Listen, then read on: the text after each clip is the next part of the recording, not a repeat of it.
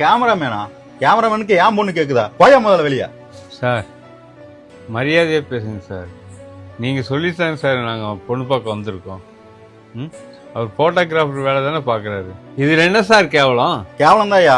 எவன் விசேஷம் நடத்துவான் கேமரா தூக்கிட்டு அலையலான்னு சுத்துறவனுக்கு ஏன் பொண்ணு கேக்குதா? ஒரு நேரம் சோறு திங்க முடியுமாடா உன்னால நிம்மதியா? எவன்டா விசேஷம் நடத்துவான் மண்டபத்துல போய் ஓசி திங்கலான்னு சுத்திட்டு இருப்ப நீ? உனக்கு ஏன் பொண்ணு கேக்குதா? வாங்கயா முதல்ல வெளியே. உண்மைதான் சார், நாங்கள் ஓசி சோறு சாப்பிட்றவங்க தான். ஆனால் ஓசி சோறு சாப்பிட்றவங்களுக்கு பின்னா எவ்வளோ கஷ்டம் இருக்குன்னு எங்களுக்கு மட்டும்தான் சார் தெரியும். காலையிலேருந்து நைட் வரைக்கும் கல்யாண மண்டபத்தில் நின்று வீடியோ எடுக்கணும் சார்.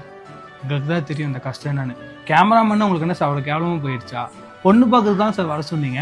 பொண்ணு பிடிச்சிருக்கா இல்லைன்னு பேசிட்டு அனுப்பலாம் சார். என்ன சார் கேமராமேன்னா எப்படி அப்படின்னு சொல்லி இவ்வளோ கேவலப்படுத்தி அனுப்புறீங்க சார்? எங்கள் அப்பா எனக்காக கேமரா வாங்கி நான் பிடிச்சிருக்க வேலைன்னு சொல்லி எங்கள் அப்பா நானும் பிஸ்னஸ் பண்ணிட்டு இருக்கிறேன் சார். எங்கள் அப்பா தான் எனக்கு எல்லாமே பார்த்துருக்கிறார். நானும் அவனுக்கு கீழே வேலை பார்க்குறது என் சொந்த காலம் நான் நின்று பிஸ்னஸ் பண்ணிட்டு இருக்கிறேன் சார். எங்களோட கஷ்டம் எங்களுக்கு தான் தெரியும்.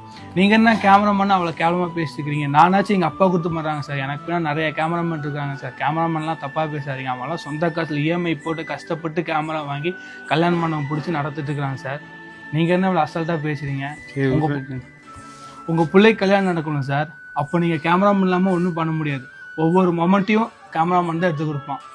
அசால்ட்டாக பேசுகிறீங்க கேமராமேன்னா.